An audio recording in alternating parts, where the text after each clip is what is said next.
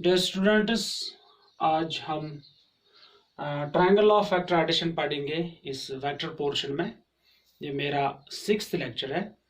इससे पहले मैंने आपको बताया कि वेक्टर्स को हम दो तरीके से ऐड कर सकते हैं।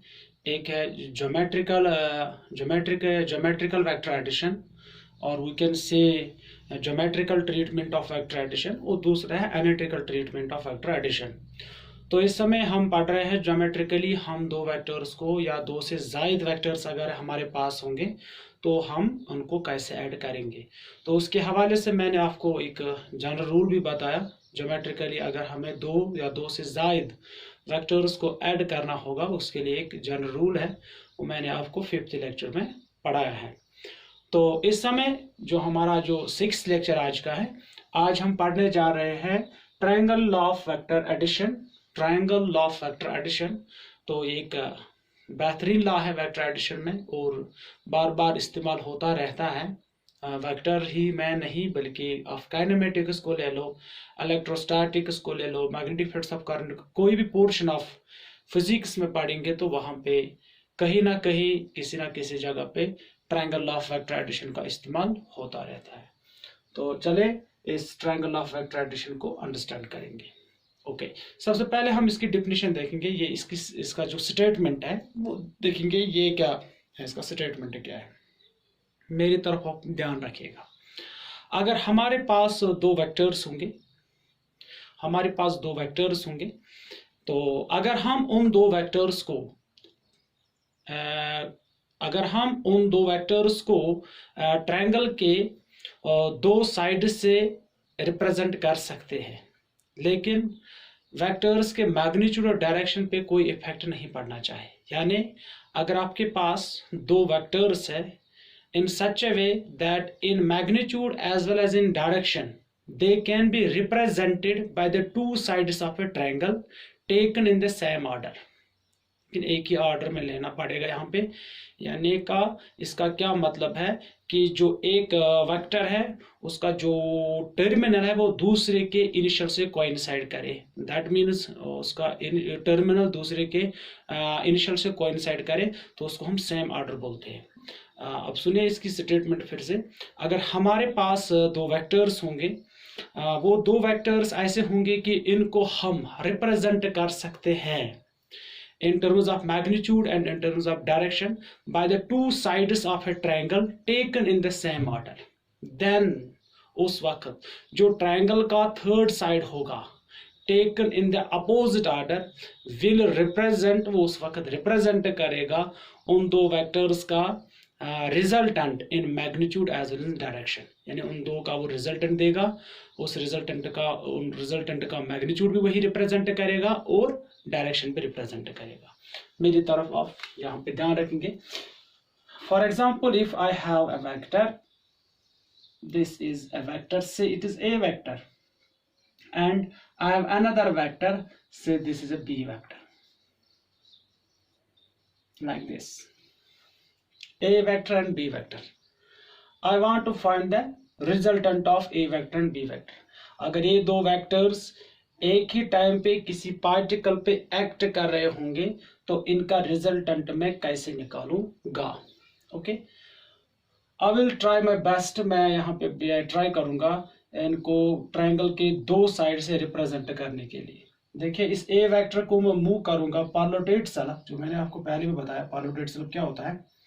से दिस ए वेक्टर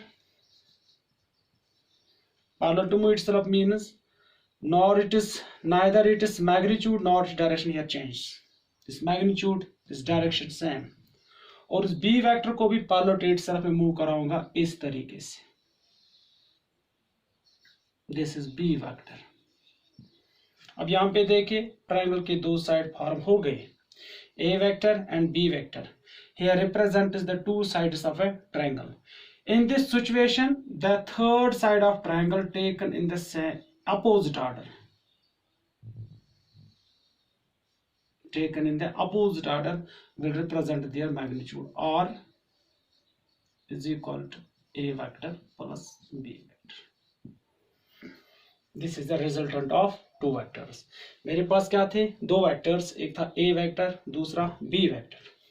अगर ये दो वेक्टर किसी पार्टिकल पे एक समय में, एक ही वक्त में एक्ट हो रहे हैं, तो मुझे इनका क्या निकालना है, रिजल्टेंट क्या निकलेगा। What is triangle of vector addition. Triangle of vector addition मुझे कह रहा, अगर आपके पास दो वेक्टर है और you can represent the two vectors both in magnitude as well in direction by the two sides of a triangle। Triangle के किसी भी दो साइड से आप उन दो वेक्टर्स को रिप्रेजेंट कर सकते हो in magnitude as well as in direction, but taken in the same order. लेकिन सेम ऑर्डर में आनी चाहिए। वो सेम ऑर्डर मीन्स एक का टर्मिनल जो है वह दूसरे के इनिशियल से कोइंसाइड करना हो चाहिए। तो उस समय जो ट्रायंगल का थर्ड साइड है टेकन इन अपोज ऑर्डर, तो अपोज ऑर्डर में इसका इनिशियल है, इसका टर्म है, इसका टर्म है, यहाँ पे सेम ऑर्डर में नहीं है। जो third side taken in the oppose order will represent the magnitude as well as the direction of their resultant. Okay, I will write here statement.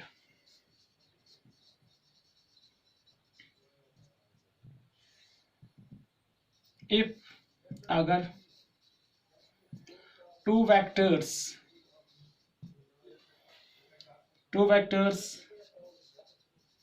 acting on a particle, वो किसी particle पे act कर रहे होंगे at the same time, एक ही समय में, एक ही वक्त में। If two vectors acting on a particle at the same time be represented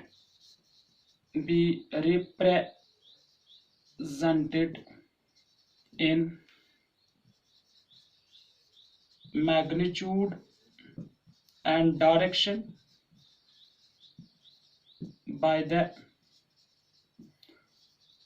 only two sides of a triangle, comma, taken in the same order, taken in the same order, then the third side of the triangle taken in the opposite order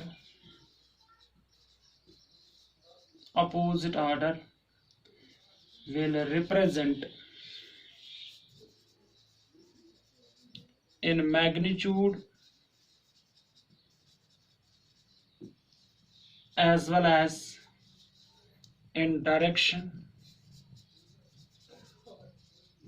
their resultant।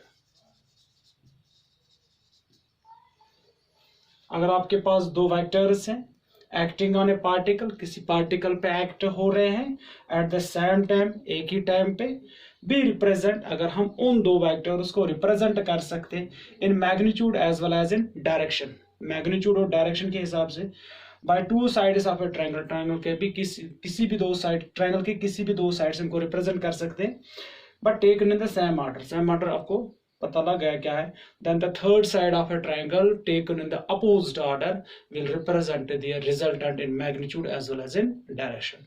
This is the triangle of vector addition. ये हर समय आपको याद रखना चाहिए कि triangle of vector addition का क्या माना है, ट्रायंगल ऑफ एडिशन का स्टेटमेंट क्या है, ये याद रखना आपको, ठीक है।